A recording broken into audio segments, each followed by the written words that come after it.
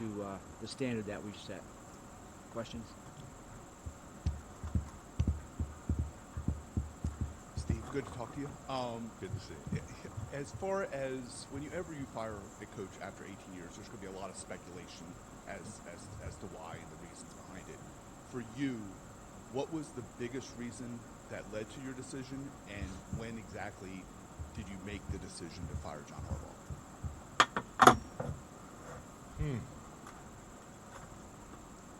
I staked out a position that I thought I had come to, with a lot of thought and a lot of prayer, and gave it a lot of time to it. I mean, I think I talked to you 3-4 weeks ago, and there's I guess the hardest part was the reasons, and unfortunately, most of these can't get traced back to John necessarily, but factually, we led the league in giving up big leads in the fourth quarter. It's not something that winning organizations do. We have underperformed based on our seeding.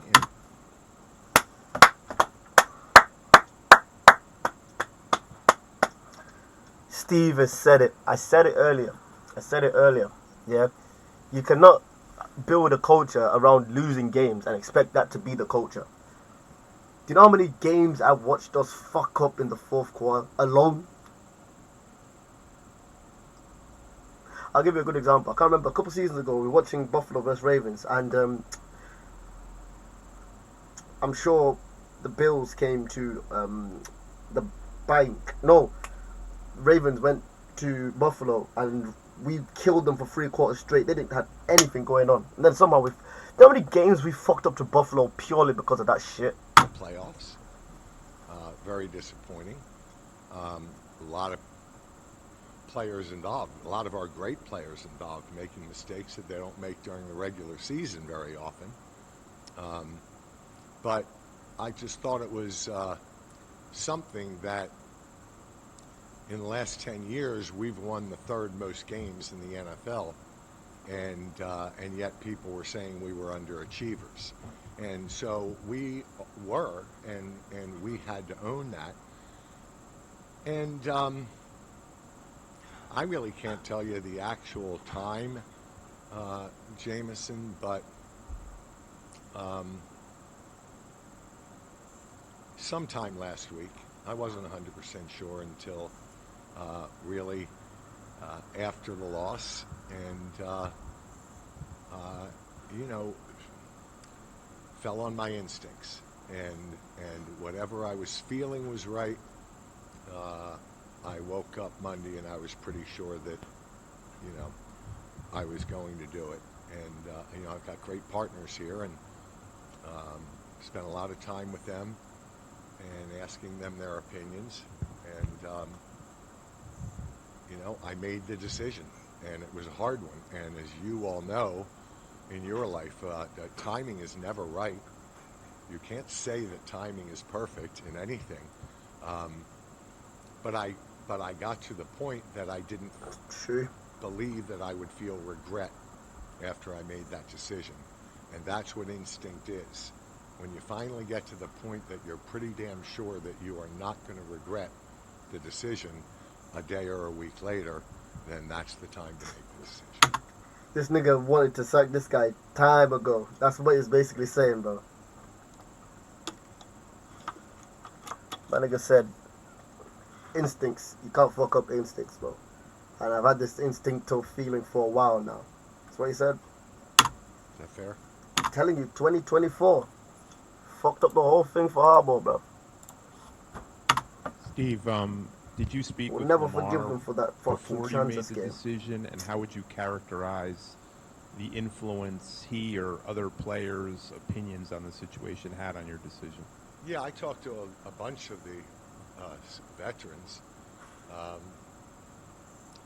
and it's funny. as you all know, you've gotten to know Lamar about as well as I have. And Lamar is really, really a non-confrontational person. And when I spoke to him Monday night, he said to me, everybody's saying I got a problem with Monken. I don't really have a problem with Monken. I don't know where that comes from. And he said, and then I hear I've got a problem with Harbs, and I don't have a problem with Harbs. I don't know where that.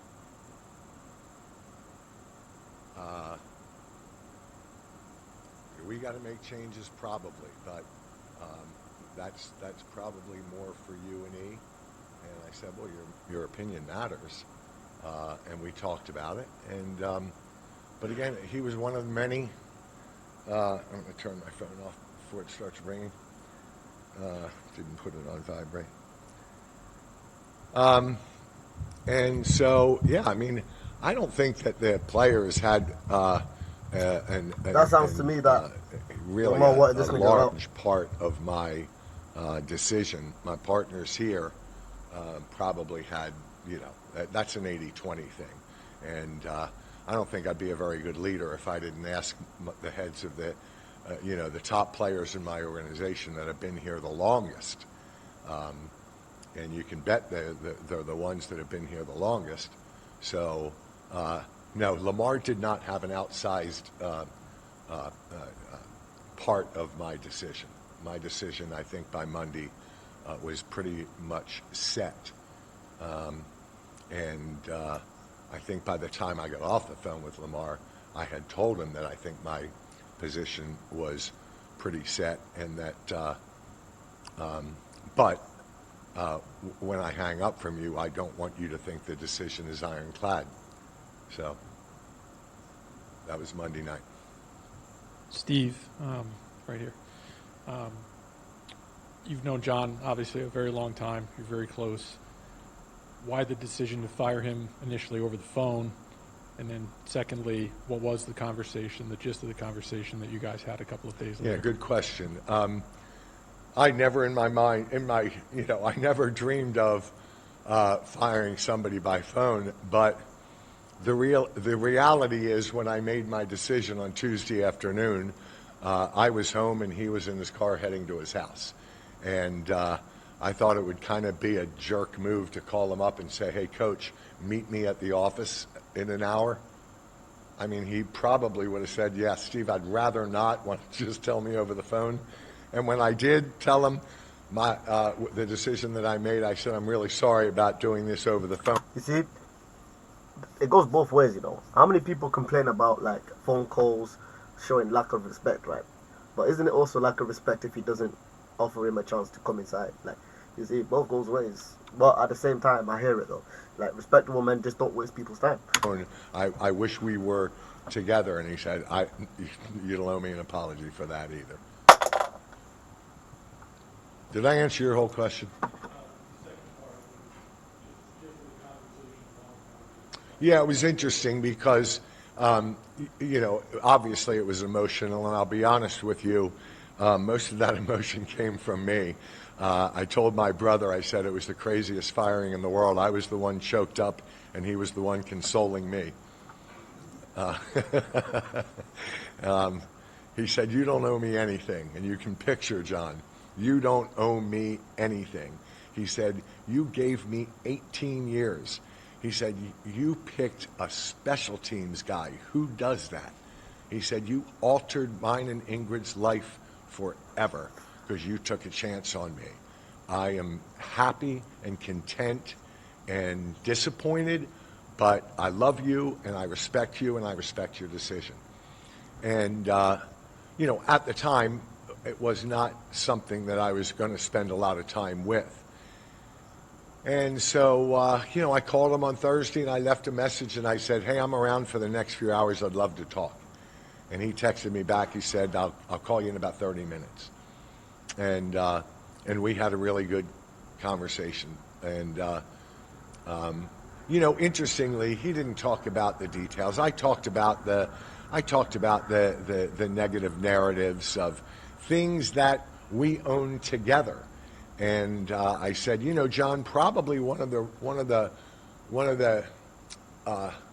things that made it easier for me once I came to this conclusion is I didn't have to worry about whether you were going to land on your feet, because I think either your toes or your heels are already touching, and you're going to become the most sought-after coach in years. And then I talked to him about taking a year off. I said, you're 63 years old. Allison just went to law school. You're an empty nester. If you go to work for somebody else, I get offset, so I'm saving a whole lot of money. But I'd be more than happy to give you a very expensive paid vacation for a year if you and Ingrid would pray on that and come to the decision that you could go out and travel and golf together and rifle. She's a marksman now, and they do love to travel when they're free. And I said, a whole year of that at 63 is a lot different than if you take another job, and that is 75. As we get older, you start realizing that 5-year chunks are changes in your life, and so I really, really, really would have hoped that he took a year off out of this crazy business that you work 80 hours a week and got a chance, because I said, like your friend Sean Payton, you'll still be the hottest coach next year. And you can do a little broadcasting, and you can do a little traveling, and then you can get back into it. So sounds from what I'm reading now, he's not going to do that. But he's also interviewing in a real position of strength. So if he doesn't like what he sees, and he doesn't like the organization once he digs in, you can bet he's not going to take a job that doesn't have a quarterback. He's a little too young. He's a little too old to be sitting around saying, what's the draft look like, and how many picks do you have, and let's start studying those college quarterbacks. So I only thought there was a couple jobs out there. I told him the one that I thought he could should take, and we'll see if I manifest correctly. Steve, this is only the second time you'll have to go through the process with your leadership team to hire a head coach. Because you've had so much success in 18 years, Are you essentially telling your next head coach, you need to get to the Super Bowl fast? Well,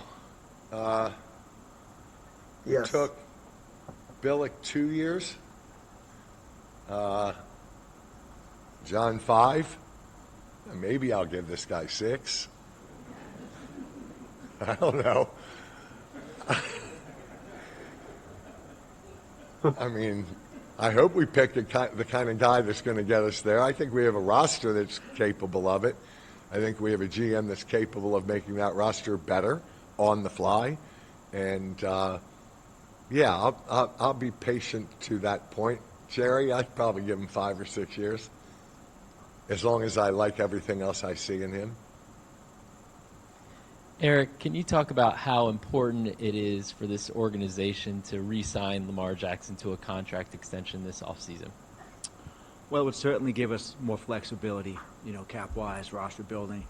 I think that we've done a good job. We carried over this year almost $10 million, just over $10 million in money, probably double what we have in the last, however many years, I think. We do have a nice little nest egg. It's not as much as we'd like.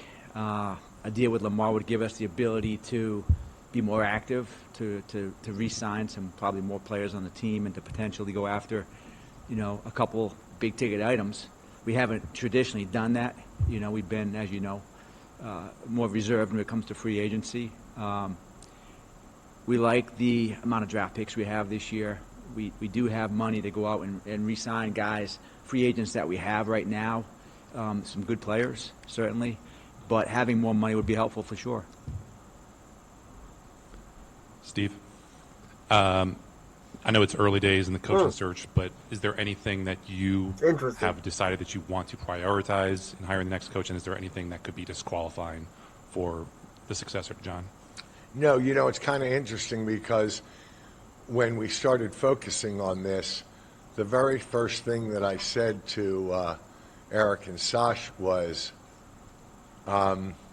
unlike 18 years ago, I am very intrigued by coaches that were the hottest offensive and defensive coordinators 5, 6, 7 years ago in their cycles and got jobs and went to teams that were non-competitive and didn't have a quarterback. And they grind for 3 or 4 years, and they're caught up in the cycle of many of my partners that are turning these. I think it's average 4 years career, right? I think the head coach is about 4 years. As we proved, I think we've got That sounds like a career Brian out now, Flores, right? bro. 8, 9. So, Miami, shitty organization. the one thing that I know Minnesota, that I will probably not take it competing. on the chin is I think it if could be our Brian. final I hope candidate it is, is an ex-coach who has a losing record, and you all are going to have to understand that.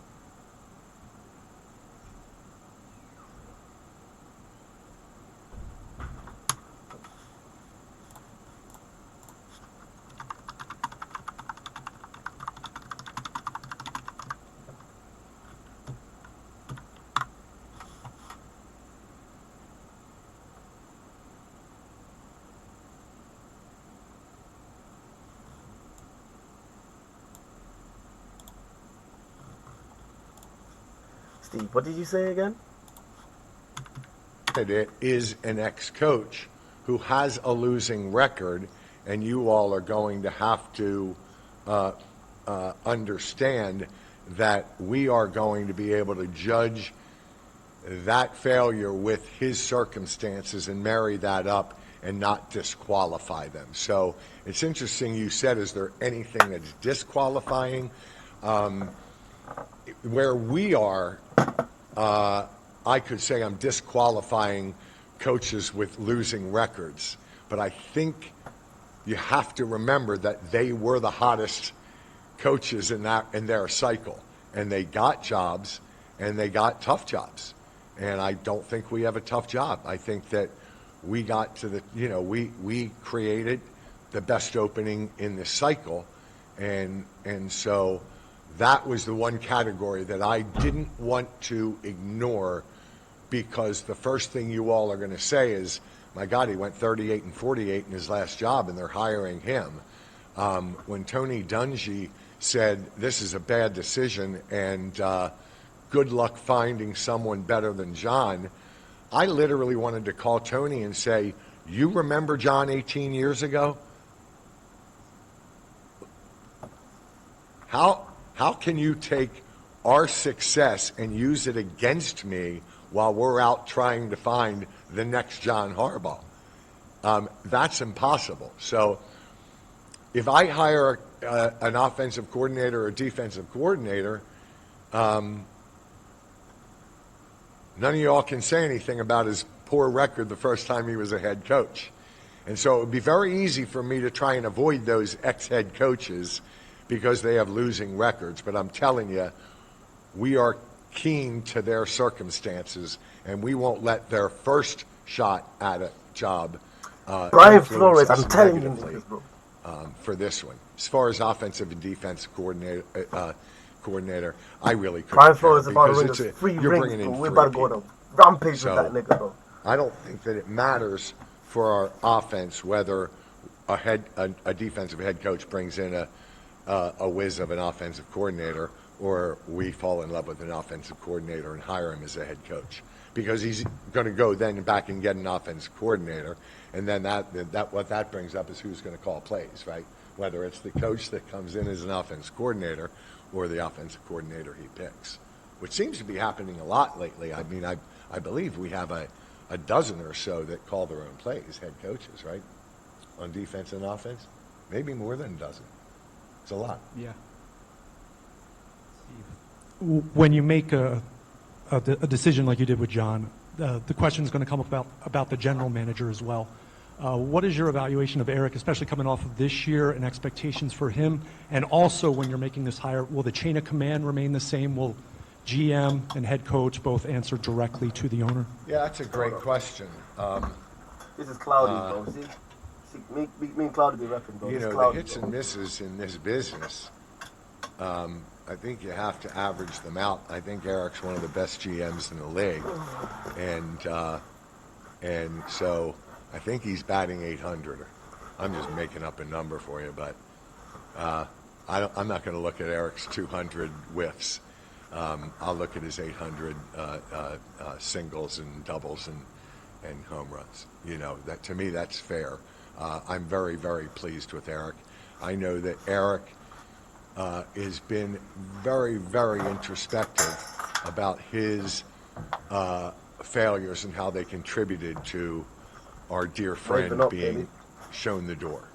And so nobody's harder on himself than Eric. So I think I can leave him alone for a while and focus on what we've got here with an empty chair. I'm sorry, what was your second question? The other question was, will the chain of command remain the same? That's a really good question, you know, and I've talked to Sash about it. Haven't really talked to Eric about it. You know, I don't spend nearly as much time around here as I did, but when I have both John and Eric Ozzy reporting to me. Oz, you here?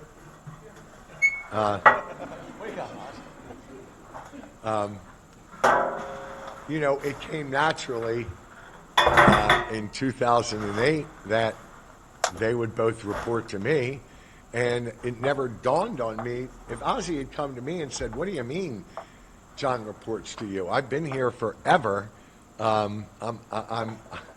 I've already built a Super Bowl team. I think he should report to me." I think I would have just said, "Yeah, okay." I don't think it really matters. The reason why I asked if you were here is I don't ever remember. The theory is you two battle it out, and if you ever come to a standoff, I'll be the tying vote. Did it ever happen? Not once. So I don't know that I need to burden Eric with that. I think that this is such a partnership that I don't think that power of one over the other is necessarily a good thing, because then the coach goes into every argument feeling like he doesn't have half the power. So I think it works, even though I work remotely. Started long before COVID. I invented working remotely. This is Igor, Steve, a two-part question. One, you kind of went into detail. You guys are all good at two-part questions, aren't you? You get that microphone, you're not giving it up. We're trying to get them all in. Yeah, all right. You were just talking about, you know, what you're looking for in coaches and what basically there aren't any disqualifications. I am curious, are you strictly looking at NFL head coaching candidates? Are you dismissing college coaches? And also, how much input will guys like Lamar and the veterans that you spoke to before moving on from John? Well, I talked to Lamar last night, and I told him that he and I were both lucky because I found out in the nick of time that there is an NFL rule that if I did one Zoom with one of the 15, are you up to 15 now? 16. If I did one, I had to do them all. Now, working remotely makes that extremely difficult, and so I was luckily, you got me and said, you got to do them all. If you do one, I said, then I'm not doing this first one. So, so like the first time, I want, 4, 5 candidates. To answer your college question, I really don't know. I don't know how hard that would be. I know that there's been a couple college coaches that have reached out to us. We did not reach out to college coaches. But if I was a college coach dealing with that portal in the NIL, I'd be at my doorstep. I can't imagine what these guys are going through. I'm friends with some college coaches, and it's a living hell. So if Eric's interested in the college coach, he's welcome to interview, right? Second question. That's two-part.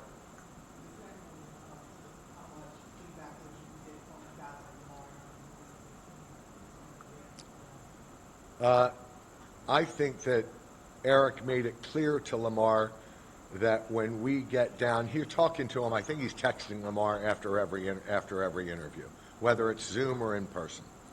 And I think he's getting some opinions from Lamar.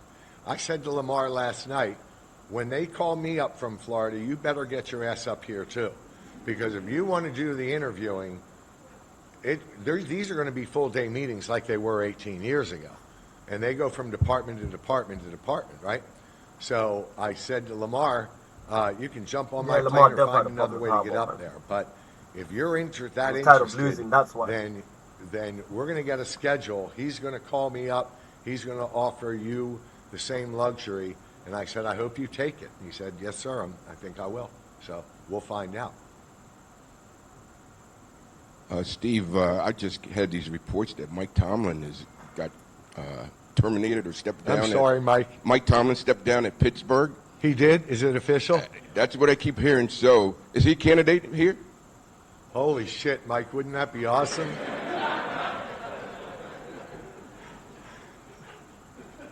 Only if John takes the Pittsburgh job.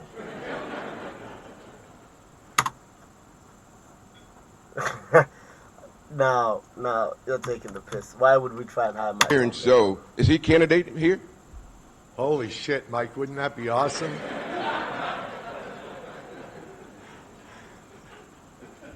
Only if John takes the Pittsburgh job. Wow. Wouldn't that be interesting? I don't know. That thing last week maybe disqualified him from my opening after our kicker missed a kick to let them advance. Good for Mike. Yeah, I don't know. Talk to him. I love Mike. I mean, I've admired Mike for 18 years, and that's really shocking that he did it that way. But yeah, that's kind of crazy. Didn't know that. I'll leave that to E. Wow. Eric, this is a question for you or for Steve if he has one. We heard that Nnamdi Madubuike from John, he would provide his own update, but we haven't really gotten an update in a while. Do you still expect him to share what's going on, or do you have any update on his situation? On John's situation? On Justin Madubuike, Nnamdi? Oh, Yeah. okay. I can't really discuss that, obviously. I will say, not having Nnamdi this year was a horrible situation for our team. I think it affected us in different ways, in many ways. A great player, a great person, special person. Still working through a lot of his, different ideas and things that we can hopefully get more and more information about his situation.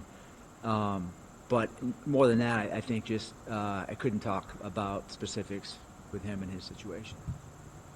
Eric, Steve kind of brought up your role with the roster construction and this season not going the way it did and the result that happened with Harbaugh. What do you see as the biggest roster failures and disappointments on your end with this team? Well, honestly, when you underachieve, you can blame a lot of things. You look at a lot of situations and players. I think we didn't play consistently from game to game. Some games the offenses played well, the defense didn't perform well. Some halves the offense looked good, the defense didn't.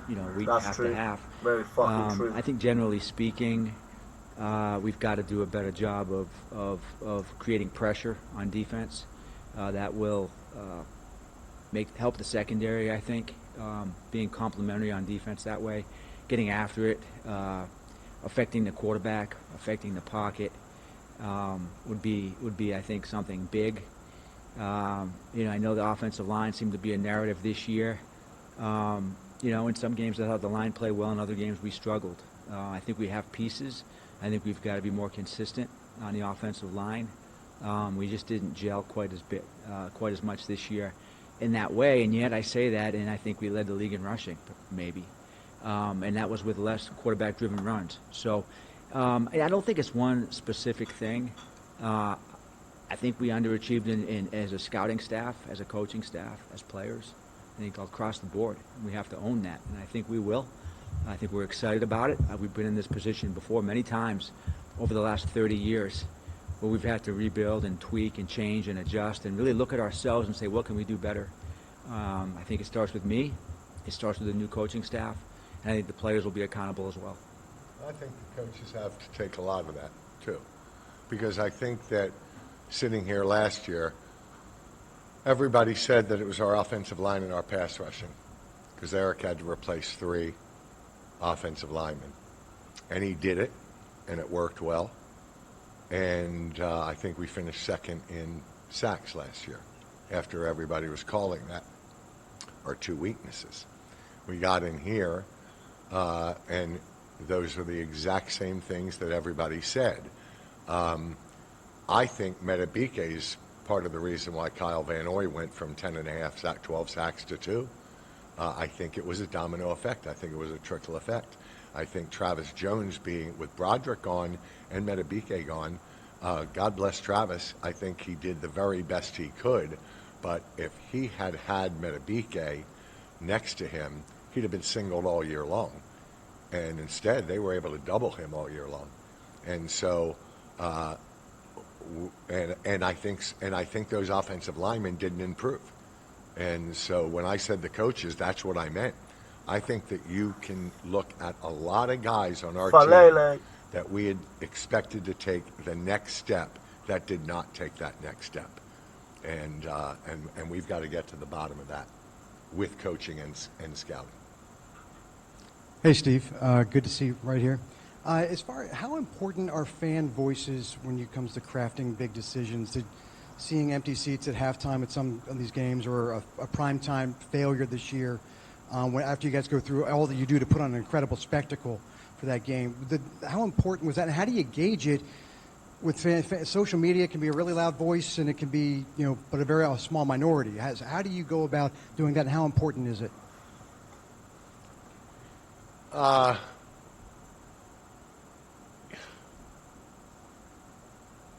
It's not that important, Pete. I just don't know. I know the volume went up this year, and I know the majority of that turned on John. And I think it did affect me. It was one of the things that I'm putting together. And I'll be honest with you, when you say the effect it had, you know what effect it had on me? I couldn't stand people attacking my friend. So some of the stuff that they talked about with John ate me alive. And so, like I said, part of my feeling like when my instinct says, now's the time, it was, I get to relieve John of all that crap too. And John gets to start anew, and John gets to be the everybody's number one choice to be that. And so I kind of thought, again, that there is never a good time, but we went backwards the last 3 years. That to me was a bigger thing, but they're putting that on John and John and John and John. And so, part of it to me was, if the narrative is that bad, then we need to shake it up. And again, knowing that John didn't have far to fall, it made it much easier for me to make that decision, right? Because I knew it wasn't going to hurt him that bad. And when I talked to him on Thursday, gosh, he was giving me advice to the Ravens, and I was giving him advice to these openings. And so, we're going to be friends forever. And now I know John went from being hammered by the press, and I don't know how much Ingrid reads, but I'm sure she does. We've got some protective mama bears out there that don't like their husbands being treated like that. But because it's so anonymous, it's really a major accumulation that I see there. But a lot of them are talking the truth, if you will. In other words, AFC Championship to division round to not making the playoffs, we earn that. That's us. Family. Be a And family so, man. unfortunately, John was the one to take it. But if I had fired Eric, he'd have been the hottest GM available in this cycle too. And so, John was the one to go. But it wasn't. It's not a major factor for me. It really isn't. It's our world here, and I think that I'm pretty good at keeping it in my major decisions close to home. Question for Eric. As you go through this search process looking for the next head coach, what can you share about what's happening in order to conduct this search process and what you're looking for as you narrow down the list to the group of finalists? Well, fortunately, I think we were prepared, ahead of time, which was good. We started a day late compared to some of our opponents who started on Monday. We started really on Tuesday night. We want leaders. We want the best leader we can find. We want somebody who's going to hold the players accountable. We want somebody who's an expert in X's and O's. We want somebody who the players can relate to, but also somebody that's going to be firm and continue the culture that we've built, which we think is important. And as we've gone through our first 7 or 8 interviews that we've had, it's apparent that this is a job that coaches covet, number one. They appreciate the roster that we have. They admire this organization for the continuity that Steve and Mr. Modell before him put in place. And they see that this is really a destination place for coaches. So I think we're going to be in a good position. There's a lot of interest. I've never been through this process like this. I had no idea how many phone calls that I would get from people, agents, from coaches, people in the media, the national media, the local media. Like, there's just tremendous interest in this particular opportunity. And I feel very confident with our people, with our staff, with Steve, who's an expert in finding people, Ravens, with Ozzie, who has done this before and found a Hall of Fame coach, along with Steve. Some of the other guys sitting up here. I'm very confident we're going to get the best coach to take us to the next step.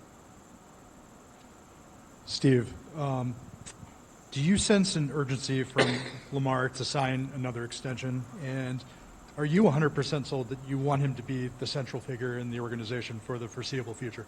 I want him to be my quarterback.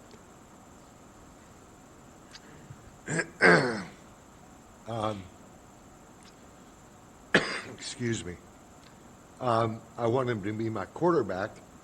I told him his extension was, we had some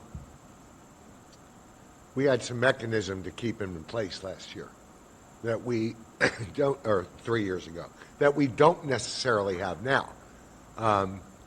So I need to make sure that there's only one way. If he doesn't want to do an extension, then we throw those $74 million out in the void years, and Lamar's coming back at the same cap number he was last year. You can play with that money all you want.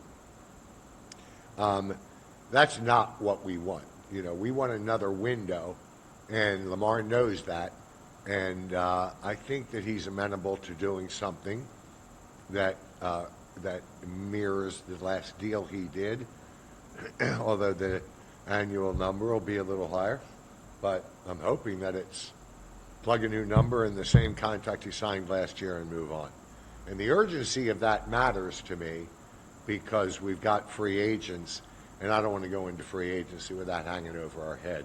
And I made that clear to Lamar, and I think he was very appreciative of my stance and hopefully willing to work with Eric and not get this thing dragged out into April like it was the last time.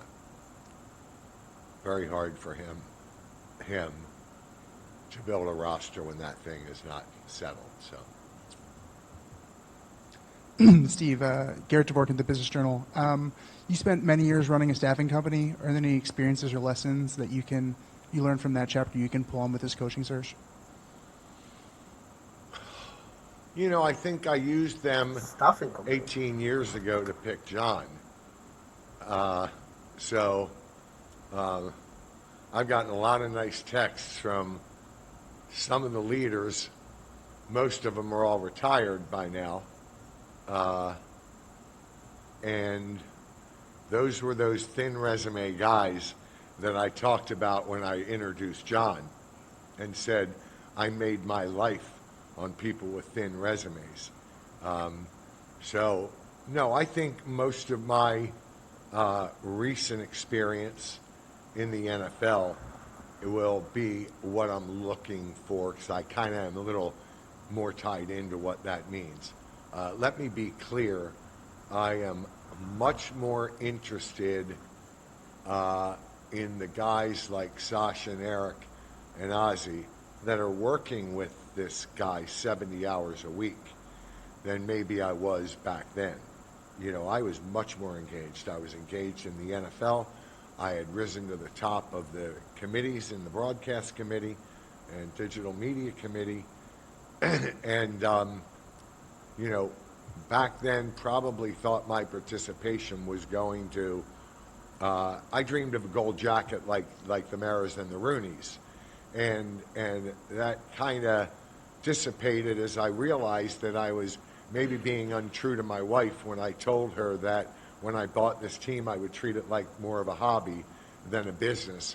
And I think I found myself maybe treating it a lot more like a business. And again, putting family second. And so there was a time in 10, 11, 12 when I realized that in order to earn a gold jacket as an owner, you better be putting in those 70-hour weeks, and I wasn't willing to do that. So when I stepped back from that, and I'm very happy I did, I had enough time to care about the Ravens, and I figured the NFL could survive without me.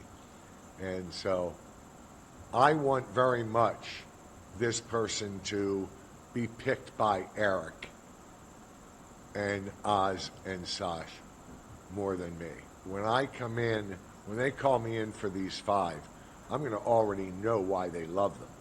And I'm going to come back and I'm going to give just them my honest opinions, my reservations, if there are any, on individuals that may be a red flag that they didn't see. So I would hope that when I spend a lot of time with these people, that I might unearth some things, which I think I'm really good at, unearthing some details that maybe others missed. And I think that I'd like to feed that into them, and if it changes their top 5, you know, then great. And if it doesn't, I want these guys to be partners. I mean, what John and Eric and Ozzie went through these last 10 years, I love John like a brother, but I didn't work side by side with him all day long. And so I know that this is the hardest thing that we've ever had to do, and I don't think any one of you think we blame John completely for our falling off our quest for Super Bowls. Hey, Steve, over here. I do have a 2-part question for you. I knew you would, Jerry. I'm surprised you didn't have a 4-part question. If they would allow me, I would. Ozaki Gaming, man. Hey, glad you're if enjoying Tyler it, man. Loop makes that field goal, is John Harbaugh still here coaching this team? For a week. Oh, my God. For a week, okay. And then I guess a follow-up, because it's been a while. What was your role? What was your input with the whole Justin Tucker situation and how that went down? Yes, sir. Tyler Loop being here, we haven't heard from you about that, so I was anxious to hear. None. How situation and how Why did would you ask him that Deferred to question? Eric and John. Do you think if Justin were here, it would have been different? No. Fair enough. Brother, what is this all about with Justin Tucker, bruv? I mean, you mean do I think you would have made the kick? Yeah, maybe. How do you know? Huh? How do you know? How do you know? Eric. I feel terrible for Yes. Tyler. He's going to be a great kicker. He's going to learn from this. Every one of them have learned from those mistakes. It's a terrible job. I mean, terrible job in the NFL. It really is. What's you have the to M? earn. What's you the have M? to work twice as hard to earn people's respect, and then they can hate you in a second. And so I think that kid's resilient enough from what I've learned. He'll be our. That's a quote to remember, guys, by the way. Yeah. You have to work twice as hard just for people to like you. And in a split second, people can hate you. Kicker next year. Yes, I do He got did a this great quote. job. Came in, big let me tap shoes, in. a lot of pressure. He had a great season. Eric, this one's for you. Is there a timeline that you have in mind while you're doing several of these head coaching interviews throughout the next week or so? Just because in the sense that they have to then create their own staff as well, I guess, which is sort of assumed, but is that the case if they're Hold a on. timeline just That's the because name. Why everything that difference happens 11, my dog? afterwards as well? Mizaki, Yeah, so I'm kind of thinking of this process like it's a 3-week NFL draft.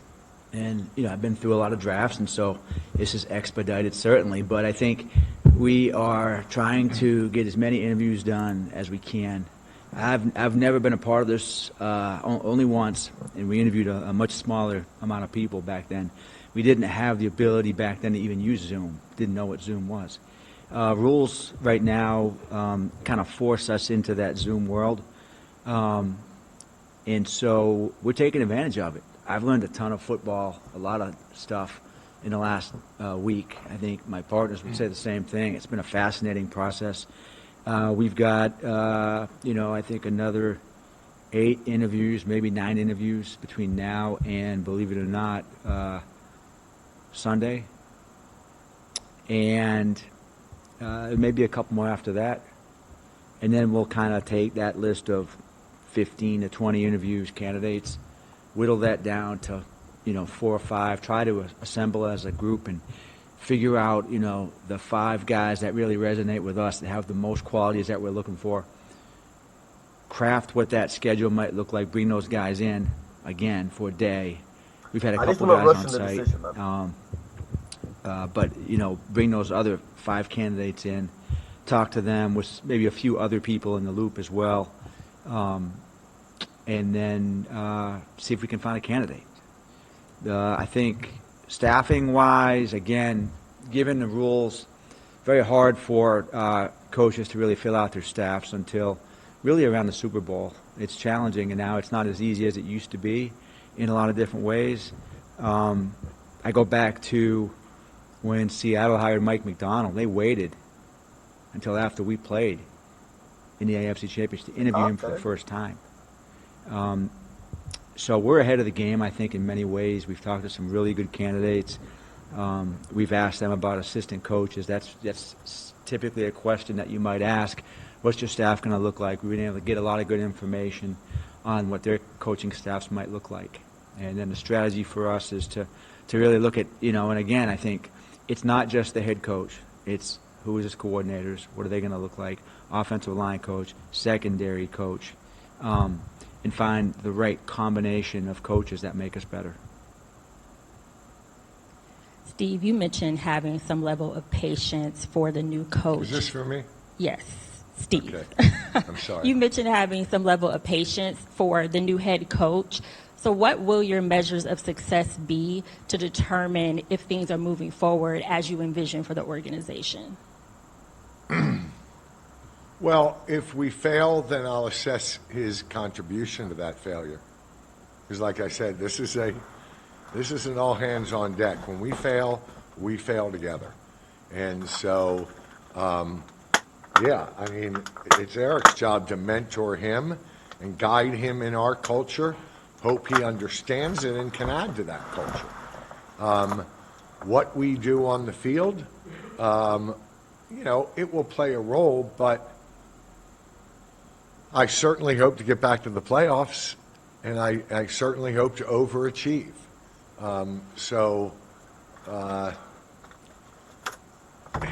It's really hard for me because I'm not doing this. I'm not doing this to be back like some of my partners doing this every 3 or 4 years. I mean, to me, that's hell on earth. So we're going to make it. We're going to make it right, and we're going to make it so right that we're going to have a lot of patience. Is that fair to say? We're going to be so confident in our choice that we're going to grant him a decent amount of patience. For Eric, it seems like you've been in touch with Lamar a lot, it sounds like, and I'm curious, the communication between Lamar and the coaching staff, was that where it needed to be this past season, do you think? And I guess how much of a priority is that when you're sort of going through your interview process with prospective coaches? Well, I think communication can always be better. I mean, just if you think you're a great communicator, then you need to be a better communicator. You have to over-communicate. I believe in that. And I think sometimes maybe people will get sick of the fact that I might say, make sure we do this, make sure we do this, make sure we do this. What do you think about this? And it has to be that way. And I think with players especially, they're looking for feedback. They want to have a voice, but you've also got to encourage the feedback and encourage the voice and work and set expectations and hold people accountable every single day. And that's what the most successful organizations do on a consistent basis, whether that's with your star quarterback or your third-string inside linebacker. You've got to set expectations, hold players accountable, create foster a relationship where they love this place and love this culture, and football is the most important thing in their lives. And that starts with our scouts, selecting the right players, our coaches, coaching these players, developing these players, and our players living up to the faith that we put in them. Steve, right here. How's it going? Alex Glaze with WJZ. You mentioned Eric and Ozzie and Sashi being involved in this process. Those are guys, obviously, you're very familiar with. When you're interviewing candidates, how important is familiarity to this organization? Or do you believe like a fresh start completely is something that's needed? Yeah, that's a really cool question, and it's like we've interviewed people that have been with us, like Anthony Weaver, and I would think that he would be pretty impressive in his interview because of the time he spent here. So you're kind of handicapping fairly a person that has seen us from afar, but has no intimate knowledge of us, and I think Eric's really good at handicapping that knowledge to the lack of knowledge, right? So I would hope that Eric's not swayed by someone who has a lot of knowledge of an organization. I hope they don't Natalie, take the pole position because they might be a better interview I think it's going all right. because they have Don't mind me, I'm being a bit quiet. knowledge. There's this I think press Eric's conference pretty going on with smart the Ravens right and now. capable of And I'm just taking in everything that's being said and trying to break down handicapping that how the future of the knowledge Ravens and is looking taking like. it out But of other than that, I think the stream's it going well. when he's looking at them as equals. Hi, Steve. Kyle Goon from the Baltimore Banner. Correct me if I'm wrong. I think you've said in the past you don't view the Ravens as a family sort of heirloom, sort of have some urgency and desire. And obviously you don't make a change like you did with John without feeling sort of competitive fire. So it's clear that you're feeling that. What's sort of your current vision of how your ownership will progress and what your ownership looks like in the next 10 to 15 years based on how you're feeling now? I'll be 80. MN? Where's MN? Minnesota? I don't see myself being. I mean, all my friends, all my favorite people in the league 25 years ago were younger than I am now. And so when I watch Jerry and Bob, I mean, I still love them to death. They've always been there for me. They were younger than I was when I met them and joined this league. So I know that's always been a topic of conversation. The Bank Stadium. How long am There'll I be a golden going man to? golden Because this I year. kind of always said I don't think. Well, I'm not passing it down to the family. I made that decision 25 years ago. I don't think that's healthy for my family. I've seen families feud and ruin over these damn teams, and I was determined not to do it. But when I watch guys like Art Blank and Steve Ross and Jerry Jones, and Jerry talking about what part of his anatomy he would give up for a Super Bowl at 83 years old, I don't want to be there. Oh shit, I Minnesota. really don't. I want to win a couple Super Bowls and get the hell out. I'd love that to be in the next 10 years when I'm 75. That's my dream. If I got one of the top teams at 75, I'll probably stay till 76. Yes, Natalie, I'm on a So PC. I'll probably bail somewhere around 10 years from now when I have a really bad season or back-to-back seasons. And he'll probably be coming with me. Right? Eric said he's not a lifer either. So. Kevin Richardson with the Baltimore Sun. You talked about the importance of someone rushing the pass rushers and how that Hey, we affects love the to hear that, defense. Natalie, man. Would you be open to trades in the first or second round to get that young stud that can affect your whole defense? You know, I'm never opposed to getting an elite player. You know, we almost made a trade at the trade deadline. We tried to make a trade, and we didn't get it done. But I do think that, you know, I think a lot about these kind of situations, and it's not that draft capital, right? It's not, which is always a lot. It's you're giving up a lot of times multiple first-round picks. It's the combination of the draft capital and the salary, which in some ways, you know, it's prohibitive. And I also think that, you know, when you get into that mindset that you're one player away, you're right to be fooled. What And type? Chocolate we chip? see it every Putting year when fruits in them, teams raisins? make some of these blockbuster trades. You know, oftentimes they end up going the other way, and you just can look at teams. There's so many factors when that happens. I still believe the best way of building the team is, you know, through the draft, because I've seen Ozzie do it so many years and do it at a Hall of Fame level. We will participate in free agency, and we will trade for players. We've done that. It's got to be right player, right price. If there's a elite Hall of Fame type talent that's available that we think can come in and be, as Steve likes to call them, game wreckers, we'd look at that. We consider that very strongly. But to do that for a really, really good player and have to pay the exorbitant price and also give up all the draft pick capital, that can set your franchise back for a long time, as we've seen.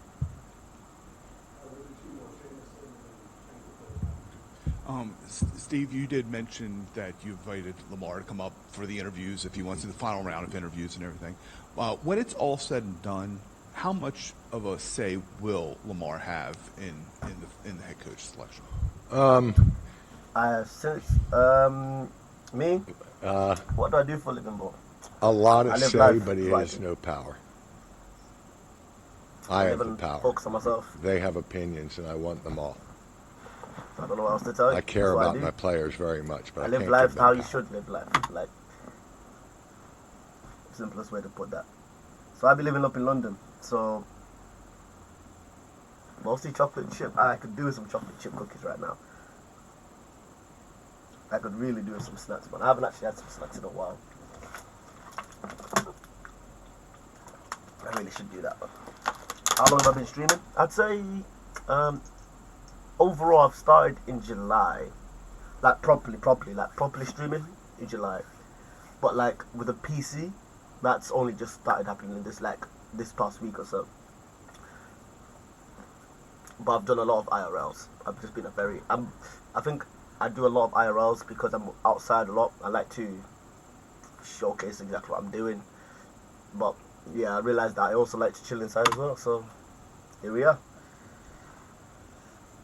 Steve, there was a time when fans looked forward to hearing from you all the time. I think we called it State of the Ravens. We used to hear from you just about every year. Why did you stop? And won't mind that. Can we look forward to hearing more from you in the future? Like Seinfeld, I ran out of good material.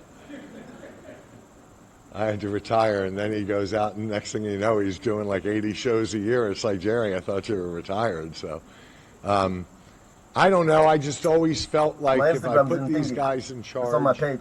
It's on and my they page. got us to the playoffs. Look, they gave me and I appreciate Drop me the a follow local and guys and like I'll speak there. Jeff I'll and be engaged after Jameson, the stream. who are in national publications, but the majority of their focus is on us. And the national guys don't look at us as in crisis. And I think the closer you get to us, you see crisis by us failing right now. I just got to the point that I didn't see the benefit of sitting up here and dissecting losing in the division round. To me, it wasn't fair because it was the leaders that were making the decisions that were going to give you the best information. And I think one time I got up here and they said, how close were you to firing John Harbaugh? And it was like, that was about the time I decided that I don't need to be up here, because I thought that your questions were so narrow to an owner of a team that had made it to the division round that I just didn't think it was fair. I was probably going to put my foot in my mouth, which I'm really good at doing that too. And I just bailed. I just kind of said to you guys, when we don't make the playoffs, I'll be there for you. But when we make the playoffs, I'm just going to leave it to my specialists to explain it all to you and what their plan is forward. And then interestingly enough, this is happening right now, and it would usually happen right now. And, we haven't been to Jupiter, and that's when I will grill my leaders on their plan. They will have 2 more, 3 more, 5 more weeks. Now, this could be different. I mean, we may be doing Jupiter in April for all I know. And Eric's going to go, I ain't got time for that. It's the draft. She's in pretty.